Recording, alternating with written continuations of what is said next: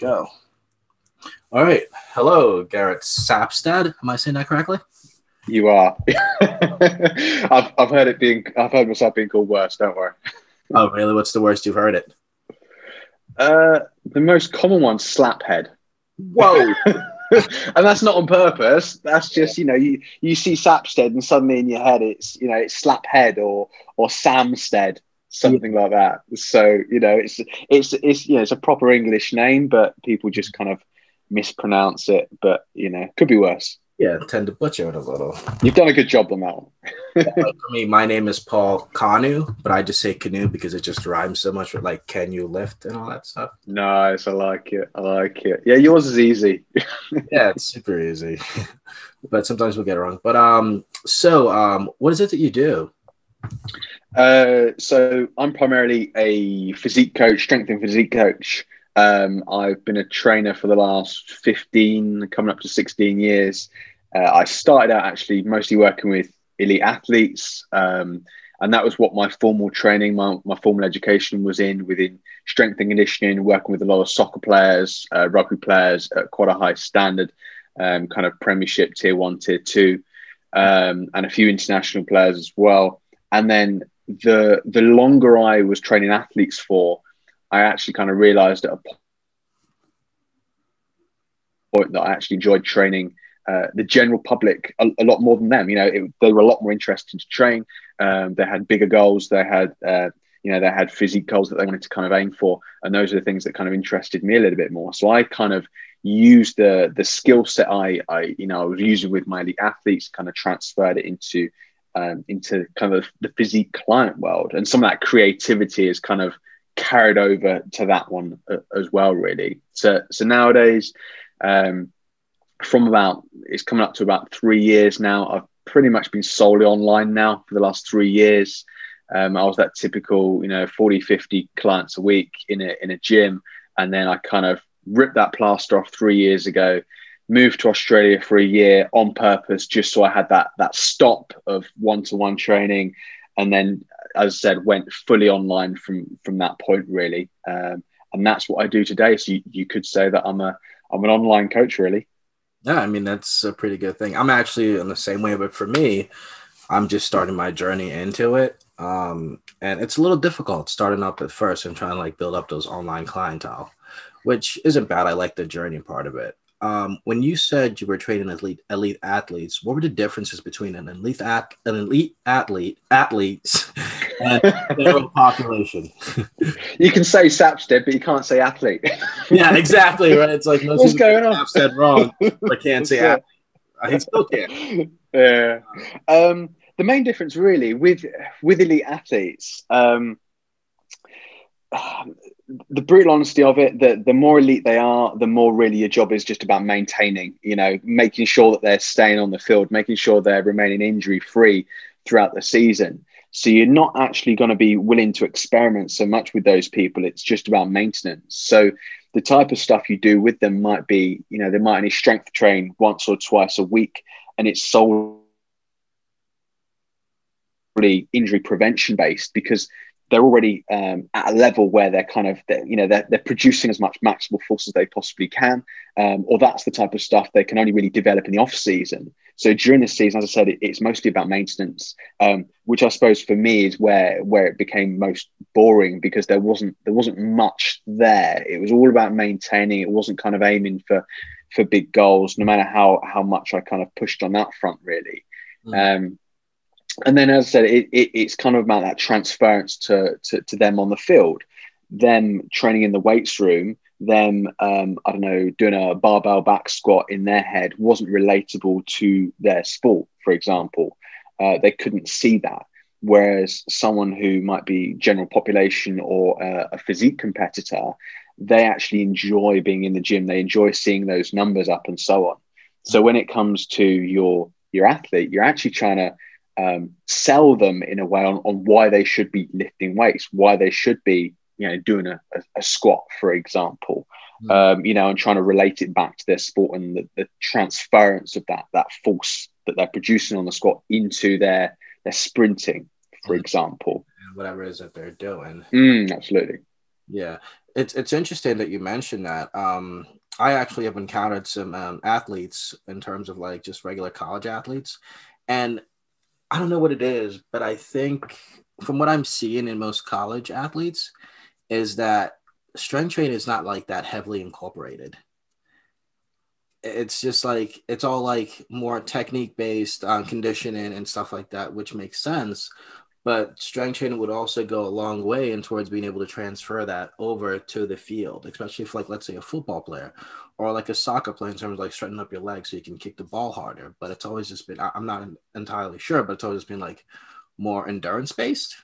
Yeah, 100%. Yeah, like you look at a football player, most of what they're doing are spin agility drills. They're doing a lot of footwork drills. They're doing all that stuff all day long. They're sprinting over 5 yards, 10 yards, 20 yards, whatever, constantly throughout their training sessions and their games. So, that's the stuff that they're used to. That's the kind of the fast foot contacts, the explosive work that they're used to. Mm. And the more and more they do that, it's like a bodybuilder in the gym. The more and more you do something, the more your body gets used to it, and you've got less room to adapt to that.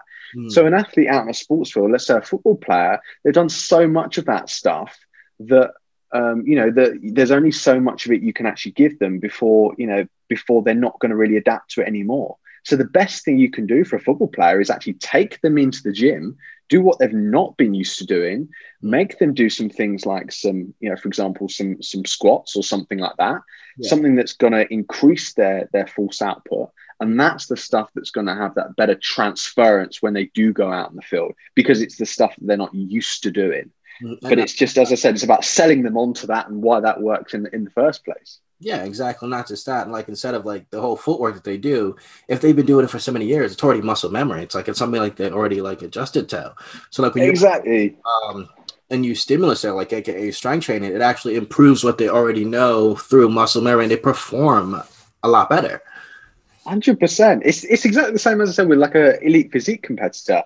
If you're used to doing, for example, a 5x5 program, 5x5 program, 5 sets of 5 reps, in, a bench press, for example, for years and years, then one of the best things you could do is maybe go to, some kind of high volume 3 sets of 20 approach with a completely different exercise. And then you'll start responding, and then you'll start growing again, because it's what you're not used to. It's the same idea, really, whether you're, a physique athlete or a sports person. Yeah. And how do you transfer in terms of like strength training? What is it that you implement towards your clients? Like, what do you prescribe to them per se? And we spoke about it before the podcast, but from I suppose a social media perspective, I'm seen as someone who throws out more creative exercises. And that's not necessarily the reality of programming. Most of what you see me post is a solution to a problem. It's maybe an exercise that I've used because the original version of that exercise didn't work very well for them. I'm trying to find a different angle, a different take on that exercise. Or it's an exercise that I threw in at the end to keep it fun, to keep it interesting, to get them feeling where they should be feeling it, and so on and so forth. So, as I said, I'm very kind of basic with regards to my programming, and I look at things as they are, a push, a pull, knee dominant, hip dominant, and kind of program like that, really. And then just kind of cover all those movement patterns. When it comes to a general population client, then, I'm going to look at that in the exact same way I might do an elite athlete. I'm going to try and cover all those movement patterns. I'm going to be trying to, especially with the general population client, I'm going to be trying to undo some of the stuff that they're doing during the day, i.e. they're sat at their computer, they're sat on their phone, they're sat at their desk, their shoulders are rounding. So I'm going to be thinking a little bit more about that, and putting in a lot more pulling kind of work, a little bit more postural work within that. Whereas if it's someone who's a physique competitor, obviously you're going to be looking at them from an analytical point of view, and you're going to work on what needs work on based on, I don't know, a judge might have told them, or they might look in the mirror and be like, okay, I want bigger delts. All right, well, let's specialize in that. Yeah. Let's do that then. Yeah, that makes so much sense. And I think the way that you go about things is actually very new to me. And I have noticed, like, in terms of stuff like that, I'm not very well diversed into it, but it does help the general population because those are just like tiny little things that you can kind of just tweak and it'll make such a world of difference. Like you're talking about just like the posture wise, for example, that would help the majority of general population, especially if they're just sitting at the desk all day and that all they do is just like they're just hunch back. But if you're able to kind of like teach them their posture, it'd be like it'll be tremendous. Because I'm sure you've had people who are just like, hey, my back is this way, it's this and this, and so what can I do? How can I stand upright and stuff like that? So that's pretty cool. I actually like that idea. I've been trying to dive a little bit into that, but I haven't had like the information on how to go on about it. I'm more of the so how do you split up, you know, out of interest, how do you split up your own training at the moment? So when you're looking at, for example, you know, I'm turning this podcast back around. No, you're good. For example, let's say, what type of training split are you using at the moment? So, and generally for, I like to do things in different ways. If a client were to come up to me and they want to kind of specialize in something, for example, like I want to get bigger. First, what I do is try to figure out like what are their favorite exercises that they like to do. Because I don't necessarily like to give people a program to just be like, oh yeah, I'm a professional bodybuilder, so you're just gonna do whatever the hell I tell you to do. So I don't want to do that. So I kind of like them to be able to enjoy their workout. So I have them give me a list of what is it that they like to do, and I create that program based off what is it that they like to do, and then kind of make it so it gets to their goal. Like if somebody would like to, like, let's say lose weight per se, I'll just create that specific program, implement some strength training methods in there, combine it with a little bit of hypertrophy and join that all together in a particular set, and then just keep that going as it is. And then the rest is just kind of like try to focus on diet and then controlling the calories, whether it goes up, it goes down based on their weight protocol. So I like to keep it simple. That's the biggest problem, right? And that's what a lot of, especially newbie trainers, don't think about, is exactly what you've kind of covered there, is that our clients, most of them, especially if we're training general population, aren't like us. Yes. So coming from a background like yourself, it's very easy to think that everyone just wants to look like you and train like you and beat you. And there's a lot of trainers out there. And then those trainers will end up training their clients how they train themselves. It's quite typical in, for example, like a powerlifting world. If you're a powerlifter, okay, all my clients have to be able to bench, squat, and deadlift. Yeah, they have to be able to bench, squat, and deadlift with a bar. It's very easy to do that and be biased according to your own training.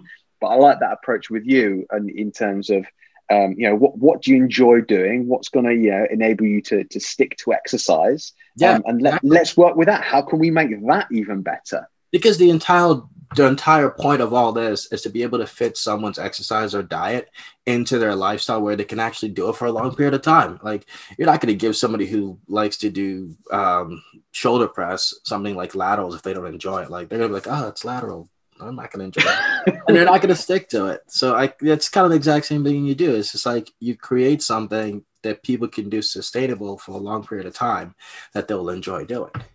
Absolutely. I think it was, it's that simple. I think it was Greg Cook, who's a quite known physical therapist, who I think I heard once mention that his biggest job as a coach or as a therapist when he's prescribing exercise is actually to delete exercises from clients' programs. So he might look at what they're doing right now, which, you know, you could say is what their favorite workouts are. And instead of you and I going in and being like, okay, let's completely scrap that, let's build one from scratch, his suggestion is, okay, well, let's look at that training plan and, well, let's delete the stuff that's not doing you any good out of that. What's not working, maybe let's change that for something else. So instead of completely reworking it from scratch, it's, well, let's just change just a few things and, you know, and manipulate that. And it's a nice idea. Yeah. And do you feel like you apply some of that same method to your physique athletes? Yeah, absolutely. Yeah. So, it kind of depends, because the thing is, what I tend to see is with, for example, you know, I've got a few IFBB pros that work with me. They want things to be mixed up. Okay. So they, as a general thing, they want to come to you to be pushed outside their comfort zone and to be doing things that they might not be programming for themselves. They're machines. They're exactly machines, and they will do. It's great because they will do exactly what you tell them to do. Yeah.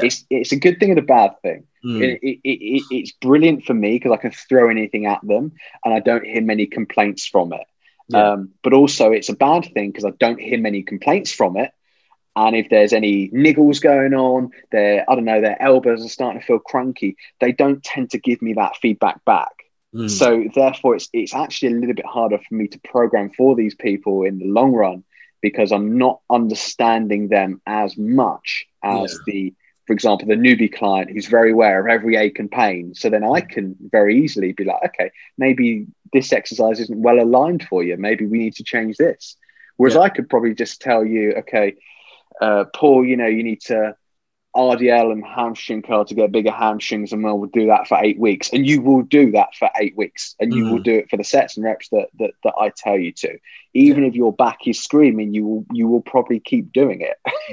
I think that's why it's so difficult to train physique athletes. Yeah. Because there's so many other nuances that goes on into it, but it's because you don't get that general feedback through communication or anything like that, and it makes it a little bit challenging sometimes, because it's always important to know like what your athletes are doing in terms of like injury prones, how their body is acting, how their limbs is reacting to a certain movement. And I have seen a lot of individuals, particularly like upcoming coaches, are just like, physique athletes are very complicated to coach, but they always switch straight right back to the general population. They're just like, because they're just easy and there's not a lot of stress, especially during contest season. Absolutely, yeah. As you quite rightly say, they are robots, but there's problems that come with that. Yeah, exactly. But as I said, they're interesting to train, and you can pretty much throw anything at them, really. But that can also be a problem at the same time. Which is completely fine. So what I'd like to also ask you is, you said you've been doing this for 15 years? Yeah, I think probably coming up to 16, something like that. Yeah, 15 years. What would you say was the most difficult thing about it? Especially in terms of like training just both population, whether it just be general population or physique athletes? Yeah, so probably the hardest thing for me was mostly training when I was training or transitioning to training mostly general population clients versus athletes. When I was working with athletes, it was a case of going into a club, and it was almost closer to a 9-to-5 kind of job. Yeah, that's so it was. Although it was, it was very much controlled by me. I was lucky in that I had high positions in clubs. I was, the head strength and conditioning coach at a few clubs, and it was all on me. It was very much like that 9-to-5 feeling. Whereas as soon as I started transitioning more and more into general population, it was a lot more on me. And because of various things down the line, I ended up moving to different gyms or changing where I lived, areas that I lived in. And then every time that happened, as you'd understand, you lose your clients and you're having to start again from complete scratch. So, versus you almost have more security when you're training elite athletes, because you have that security of being in the club. Whereas when you're training, your general population, it's a lot more on you. And I think you've got to have a much better understanding of the business aspect of things and the marketing side of things as well with that, which you don't need at all, really, as a strength and conditioning coach. You need to write a good CV, and that's about it. Yeah, and you just have them just follow it and then just do what they need to do to kind of perform on the field. And absolutely. That's actually one of the things I'm actually facing right now, because though I do work at a corporate gym as a personal trainer, I do tend to find it a little bit difficult in terms of like, especially in this time with whatever's going on, getting clients can be a little difficult here and there. But that's why I was like, it's getting a little bit challenging to coach people in person. So why don't I just like slowly move over to online, and in that way I can do things a lot more remotely, but at the same time it doesn't come with all the hassle of having to like completely move somewhere, find a different gym, work different hours and stuff like that, people not showing up and all that stuff. Yeah. So that can be a little bit problematic, but the online coaching that I've been doing so far has been pretty good with how I'm running it, and I'd like to continue it in the future. There's still how have you managed to pick up online clients? What's been your process? What have you kind of found easiest to generate new leads? Essentially value in people. Okay. For me, it's weird. I generally just want to help people, and I want to make them make the best results that they possibly can.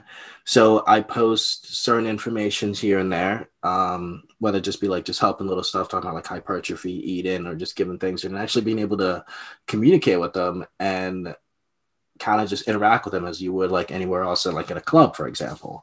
But it does get a little bit difficult once you hit a certain amount of followers. It gets really hard to keep in touch with those people. So I basically just make a community around the people that follow me by giving them entertainment through those who have like watch anime and stuff like that. I get most people coming to me, it's like, hey man, I watch anime and stuff like this. You seem like you're I would love to be trained by you. And I'm just like, okay, cool, let's do it. And then I give them value by giving them information that'll help them along the way that they can use for a long period of time, and things that just overall in the fitness industry that they don't really tell you, because there's so many like things that goes on in there that people just kind of just bullshit. Yeah, so I just tell them straight up like how it is. Like, you're not going to eat your meal before you go to bed, and it's going to be an issue. You just eat whenever you want, and it's all good. You don't have to worry about that. Just like the little simple things. And then posting pictures of myself. That's literally it. And I tend to get clients based off of that, but it does get a little difficult because you get people who often just want to get free stuff. Absolutely. Yeah. You're always going to have those people that kind of float around and are never going to purchase anything off you or pay that monthly subscription for online coaching. But yeah, you hit the nail on the head. It's, for me, I'm always constantly thinking about how can I help people, and hopefully that kind of comes across on my social media and my website and things like that. But I'm always also thinking, people need to know me, like me, and trust me. It's those three things that I'm always focusing on. And I'm always thinking about what's the area that I'm weakest in. So for example, we go to you, okay? So people get to really know you because you post, or your personality because you're talking on Instagram stories a lot. You're posting about anime, and you're quite open that this is something I like that you might also like, so people might connect with you on that front as well. So people kind of get to know you a little bit more, and through this podcast, people get to know you and your personality as well. And then like you as well at the same time. And then the trust factor, and that's something that comes in different ways that I see with trainers. Now, trust can come in multiple ways. Trust can come in the form of you really respect that person's knowledge and their education, so you really listen to what they're talking about. You can trust someone because you might have seen them on TV or on a certain website, for example, or in a magazine or something. Whether or not you deem that trustworthy, it's an element of trust. But then also, when you see that person is in shape as well, it's that another tick, it's that extra tick in the box of, yeah, I really trust this person because this person's in shape, and this person can also get me in shape. Also, but yeah. Oh, sorry, go on. Finish. As I said, just always relating back to that know, like, trust, and what's what kind of clicks with people on that front. And back to what you were saying about like the way the person looks. So that can be a little bit confusing at times for people who aren't well diverse in the fitness community. Some can just be like, hey, that guy looks like he's really in shape, I'm going to trust him. But it's not like they know much of what is it that they're trying to promote. And it can lead to a lot of misinformation. And that kind of trust is what we are actually playing with in the fitness industry. It's just like there's so many people that look a certain way, but because they look that certain way, people tend to put trust in them and buy whatever it is that they're promoting. That's one of the things I learned growing up as like a kid from hanging out like all the science evidence-based individuals, is that like, yeah, I may have good genes and stuff like that. I may look at weights and kind of grow, but I don't want to be that guy who just like, hey man, you look great. Let me inspired to be like you. And then like, I give them like my same routine. I give them like everything that I've been doing, but then they're not really like compatible with that. And sometimes it just doesn't work out because like I've had people send me like programs of like what their coaches prescribed them. And I'm just like, yeah, No, you need to fire him. Quite a common one you really see at the moment is especially like the booty builder kind of girls. Yeah. And they're the ones that, have these massive Instagram followers sometimes, Yes. a few million followers because they're posting pictures of their butt. And, I can kind of understand why they might do it because it's getting them the follows. And, if that's kind of what they want, then fine. But they're kind of selling that idea of, okay, you do these little booty band exercises that I'm doing in my, I don't know, $9.99 workout guide, and your butt will look exactly like mine. Well, a lot of these people actually just have damn good genetics. Exactly. 99% of having a good ass is just, it's good genetics. Yeah. It really is. And it's the hard truth that they don't like. I try to put stuff like that out there. Like, I'm not going to be egotistic and say I have good genes. Maybe somewhat I have a little bit of good genes, but like I try to tell people like, yeah, I have certain things that just would not work on you. And if you were to do the things that I did, you just wouldn't respond well. That's Absolutely. The truth. And I don't want to that's where the trust factor comes in and why most of my followers trust me, because I'm just open and honest about like, what is it that I promote? And I don't want the rest of the fitness industry to look in a way where it's just like people posting booty pictures, but they have no idea how to like apply a specific hypertrophy program, how to eat, because they've had binge eating issues when they were trying to like lose weight. Exactly. And there's like, so many nuances. And then like, I think the one thing that bothers me the most is like, even when I train clients at my own gym that I work at, it's like people always come to me just like, how do I get abs? And it was like, I want to do some ab exercises. I'm like, so I just sit down there and just tell them straight up, you just got to lose it. Like you literally just got to lose the weight. And it's like stuff like that I don't want to see promote anymore, which is why the Andrew podcast actually opened my eyes a little. It's like, I used to kind of like go towards those people and just be like, dude, you shouldn't do this. You shouldn't do that. It's wrong. Yeah. But now it's like, why do I have to do that when I could just promote a list of positive coaches, positive people, and then have people see those people, view them, and then get their information out. And in this way, it defeats the negative information that we have out there. And then now the entire like social media is kind of overflowed with like right information. That's it. And, it's hard for us as coaches to look at a social media profile, for example, and kind of filter out the good people and the bad people, let alone your general population that has no background at all in fitness. So, it's hard now. It's, you've almost got to have that bullshit filter for the entire fitness industry, really. Yeah.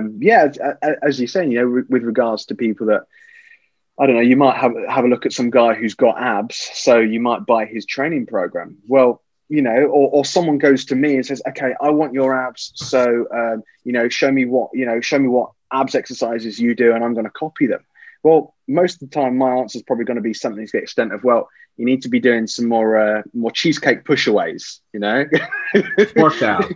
Yeah, put the fork down, but people don't want to hear that answer, unfortunately. They want the fancy stuff. They want you to say, there's some special exercise. Yeah, you don't know yet. Special. It's like it's really not that special. It's just put the fork down, and eventually things follow. And that's it.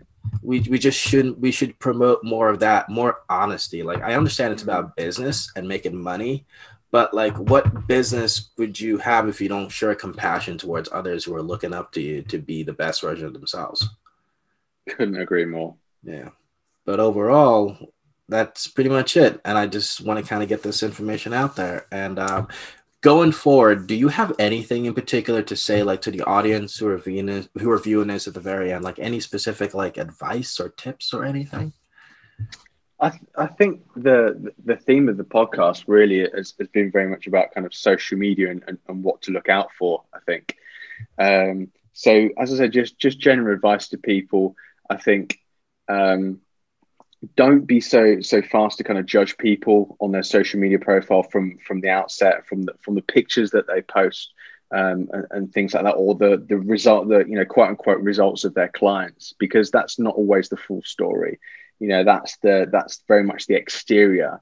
You're going to learn a lot more by actually consuming that person's information, listening to longer form videos and things like that, and actually, searching for the web for coaches that are a little bit more maybe a little bit more credible. So I think overall, just kind of don't judge people on necessarily how they look, but more about the information that they're actually providing you, and the genuine value that they're actually providing you. Exactly. And from now on, this is what I'm going to be promoting. I'm going to make a separate podcast for all this stuff.